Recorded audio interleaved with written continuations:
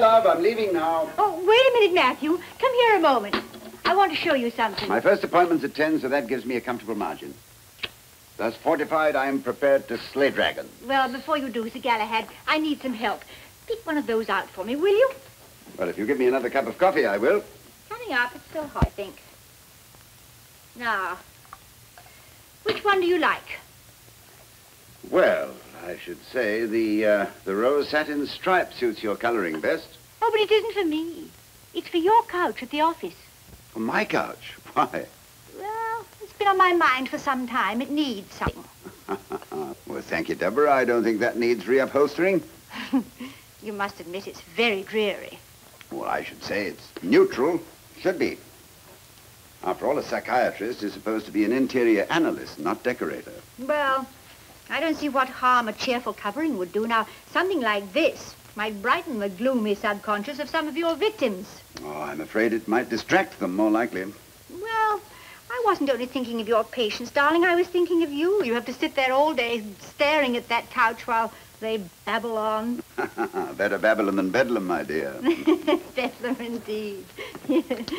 I don't know how you manage to keep yourself together getting involved in so many other people's lives. You have to play more roles than an actor. Only one role, darling, and that, fortunately, a dispassionate one.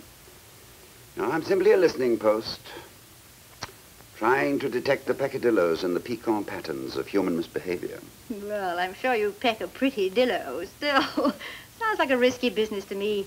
Whenever I listen to somebody else's troubles, I find myself right smack in the middle of them in no time at all. Oh, naturally, Debbie, because you listen as a warm-hearted and sympathetic friend.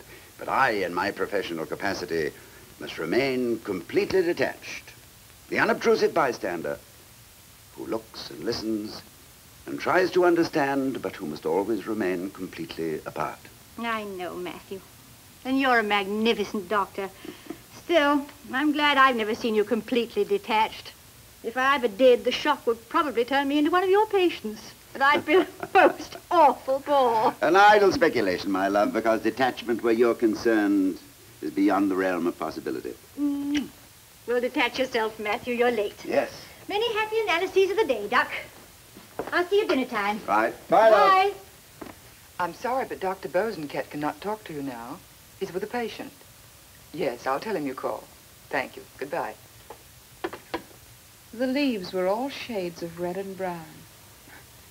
Strange it was autumn. It should have been spring, you know. I was so very young, and all my thoughts were spring thoughts. I had every reason to believe I was in love. You see, Doctor, even the words I use, thoughts, reason, believe, always my head. A Frenchman once said, "The heart is a faculty of which we deprive ourselves daily for want of exercise, whereas the mind becomes keener day by day." Well, the heart's there, all right. But if only it would give one big throb or even miss a beat occasionally, then I think I could be really happy. Well, let us be thankful you have a sound heart. Less business for my cardiac friends. Yes. Let it be said she has a heart of oak, a tree that bears no fruit.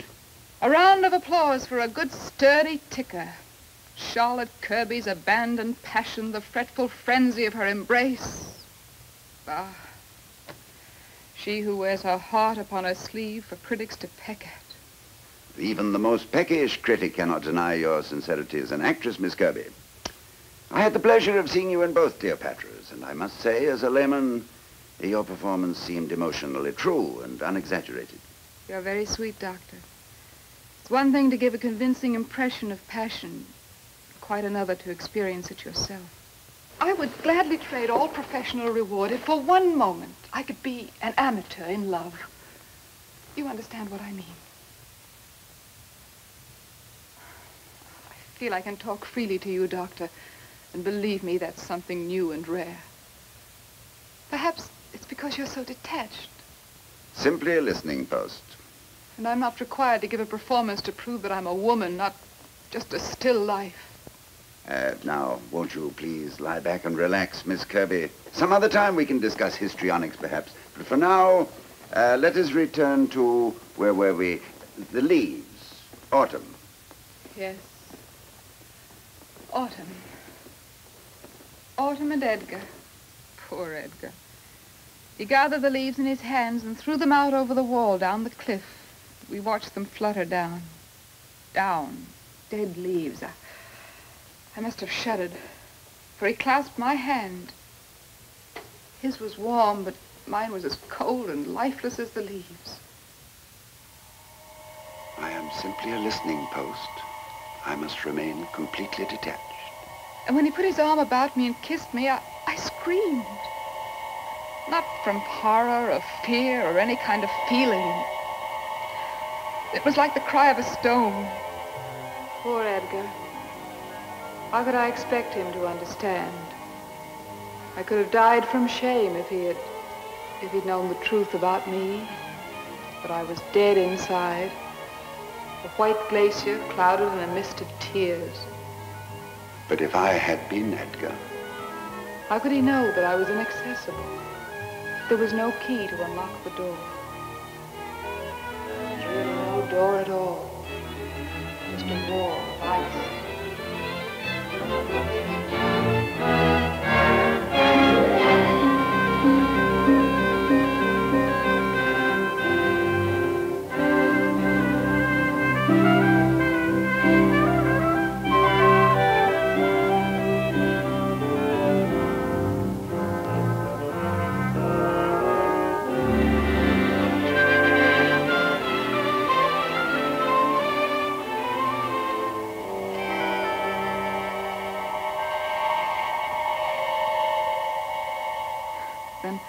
I'm not much of a memory, I guess.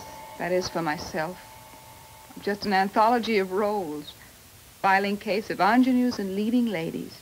When I'm off stage, I feel like an imposter pretending I'm alive. The truth is, there's not much point in probing an iceberg. The 9/10 under the water is just the same, only colder. The ultimate destiny of the coldest iceberg is to melt in warmer waters. Tired? Weary, perhaps, but not tired. I'm not much good at this sort of thing, I'm afraid. Too self-conscious to be of much help, right? Oh, on the contrary, Miss Kirby, this has been a most satisfying session. Let me put it this way. You are a fastidious and discriminating person. And since apparently you have not yet encountered someone who fulfills your expectations, you have, however unwittingly and modestly, put the blame on yourself. Blame? You've conveniently created a fictional image to hide your own true self. That self, I'm sure, is so full of warmth and vitality that you've tried every art to conceal it, for fear you might be trapped by your own natural affectionate impulses. Go on, Doctor. I'd like to substitute for your deprecating description of yourself as an iceberg, shall we say, a potential bonfire, which needs only the right spark to burst into flame. Really, Doctor, I think you know more about me than I know myself. I feel much better, should I? Prognosis favorable. Thursday, 11. If you like. But I don't think you'll be a patient much longer, Miss Kirby. I hope you're right, Doctor. Goodbye.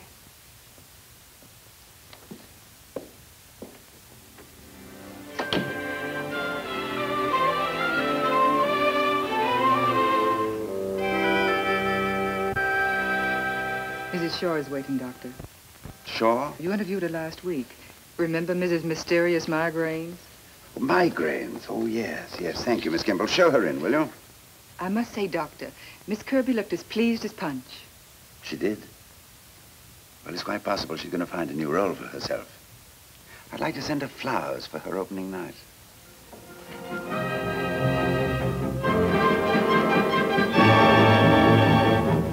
It doesn't seem to make any sense, Doctor. One minute I'll be feeling perfectly fine, then the next for no reason at all. Well, it's like somebody hitting me very hard with the flat of his hand right on my forehead, right here. I don't feel it on the outside at all. It's all deep inside, right above the eyes, and I can't hold up my head anymore. Do you have such a headache now, Mrs. Shaw? Hmm? Do you have a headache now, Mrs. Shaw? No. Should I? No, it was just a question, not a request. Go on, please. And I think it may help if you forget your symptoms for a while and just tell me a little bit more about yourself. Oh, well, I'm not very interesting, Doctor. I mean, that is, nothing much happens to me. I live a very simple life, really. Tom likes it that way, too. Tom? Well, there's no reason to bring Tom into this. He's been very patient and very devoted. And we've been very happy ever since we've gotten married. That's what makes it so difficult about Leonard, you see. Leonard is a friend, I take it. Of course, Doctor. What did you think? I mean, if he weren't a friend, there wouldn't be any problem, would it? Well, it's hardest of all on Leonard. I mean that, Doctor. Now, I'm not trying to deny that it's not very confusing for me, but I'm just grateful that Tom doesn't seem to be aware of what's happening. Well, I mean, what would happen if I let it? That is how Leonard feels. After all, he's so sincere. I can't be mean, can I? And it's not his fault. Well, it's not anybody's fault. Well, it's life, isn't it? If you mean the many things occur in one's life for which one doesn't seem responsible, that is, moral responsibility in personal relationships can often be difficult to determine. Oh, I'm not blaming Leonard, even if he is Tom's best friend. Well, I mean, if he weren't, he wouldn't have met me and none of this would have happened. Well, I mean, nothing really has happened, except for the way he feels. You can't be angry with a man for being deeply in love with you, can you? Mrs. Shaw, I'd suggest that you don't make any judgments yet. I'd prefer it if you'd lie back and relax and just talk. All right. What do you want me to talk about? Whatever you like. Anything, everything. Just let yourself go. Only don't apologize or explain. Now. You know, it's very comfortable here. I hope I don't fall asleep. I wouldn't worry about that. You know, it's funny what floats through your head when you're not thinking. You see things. Our breakfast room, for instance. And the coffee in Tom's cup that's stone cold because he didn't have a chance to finish it. He'd miss his train. And there's something about cold coffee that makes me shiver. Tom always has to run to make it at the last minute. No, I don't think he would have been on time for our wedding if Leonard hadn't taken over.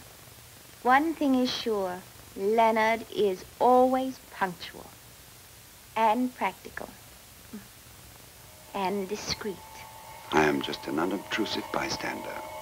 I must remain discreetly apart. But you know, as well as I know Leonard, I'm never quite sure of what he's thinking. He's able to conceal his thoughts. Certainly very lucky for everybody concerned. Now, if I were Leonard... Leonard has such magnificent control of himself. He seems just about to tell me exactly how he feels, but he has such great respect for me. And of course, I try to be as gentle and considerate as I can. Friendly, you know, but at arm's length. But at arm's length. But at arm's length. But at arm's length. At arm's length.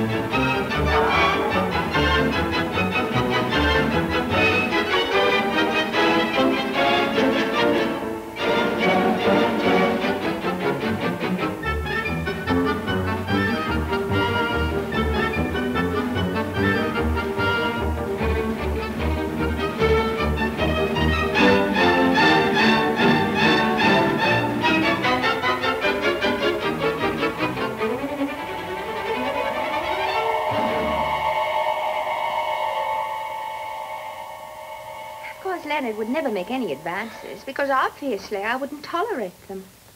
Oh, it must be terrible, though, to suffer love unrequited. But I suppose Leonard finds some little happiness in just being with me. It's sad, though. Oh, it's funny. I feel much better already. Oh, you are quite wonderful, Doctor. A little frightening, though. I feel as though you can see right through me. Well, it's interesting you should say that, Mrs. Shaw, because if that is true, then I think you'll be through with me.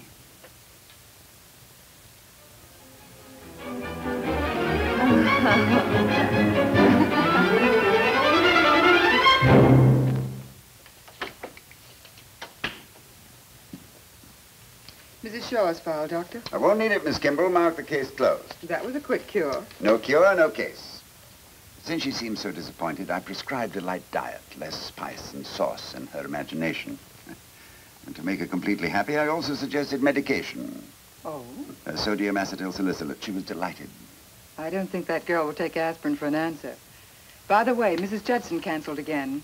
Your next appointment isn't until 4. A new patient, Mrs. Miriam Newsom. So you have a couple of hours to yourself, Doctor.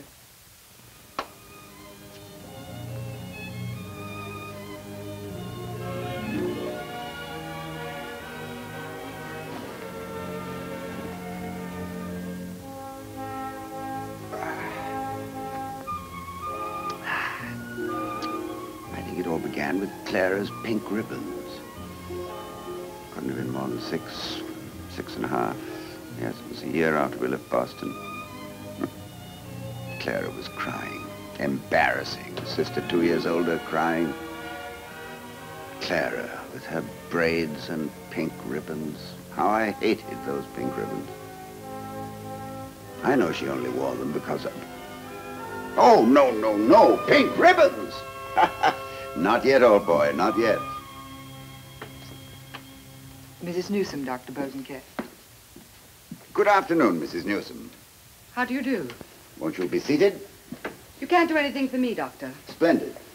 In that case, it's been a pleasure meeting you. Everybody speaks very highly of you. Of course, it's the fashionable thing to do. Only I think anybody who follows fashions is a jellyfish. And jellyfish never swim against the current, do they? Exactly. Ashtray, please.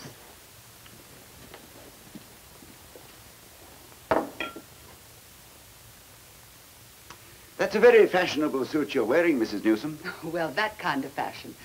Now, Doctor, don't tell me that's some kind of awful fetish or something. No, no, I like it. I can see what they mean already, the charming approach. But frankly, Doctor, I'm only here out of curiosity. Well, then I trust you won't mind my own. Not at all. I expect you to ask questions. But I would like to make myself quite clear at the start. I've always thought that coming to someone such as yourself, and I don't mean this as a personal affront, well, the idea is rather revolting and ridiculous. It's true that I've been on edge the past year or so, but the reason is no secret. I've tried very hard to be patient and understanding, but the fact is my husband has become intolerable.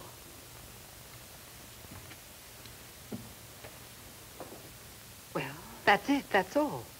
Is it unethical to talk this way, or am I only supposed to talk about myself? I'm a doctor, not a judge, Mrs. Newsom.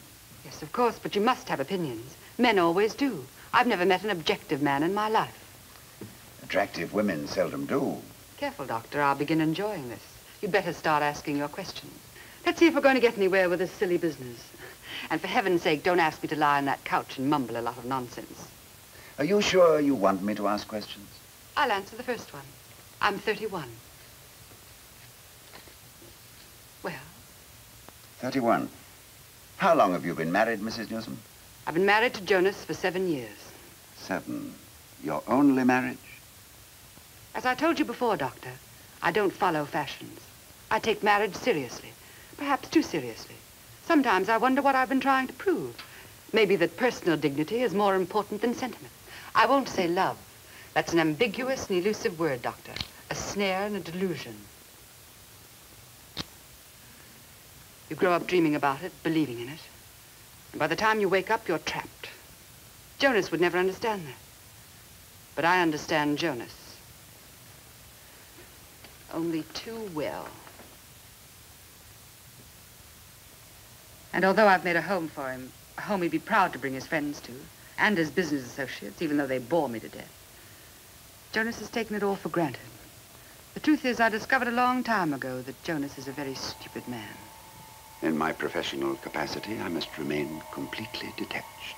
He never gave anybody anything in his whole life without expecting them to be eternally grateful for his generosity. That's really the worst kind of selfishness. I'd even forgive all that if he weren't such a bore. That's what's hardest to bear. If I were her husband... Though I wait on him hand and foot, he doesn't begin to appreciate the attention.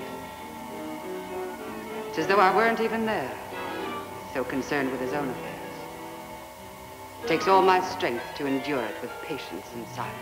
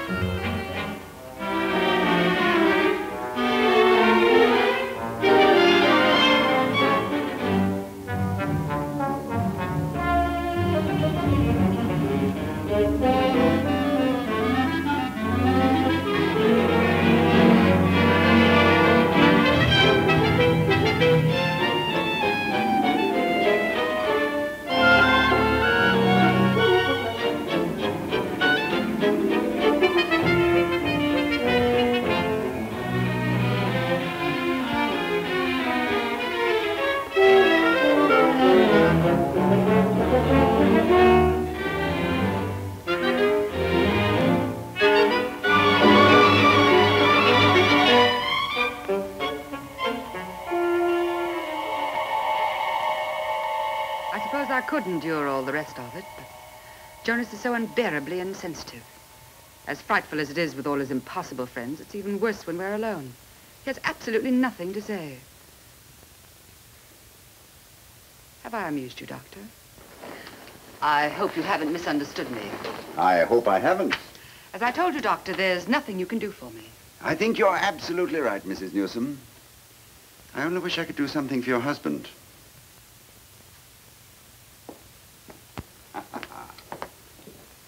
How was your day, darling? My day? Well, I should say it was murder.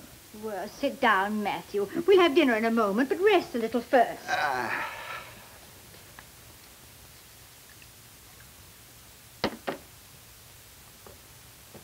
There.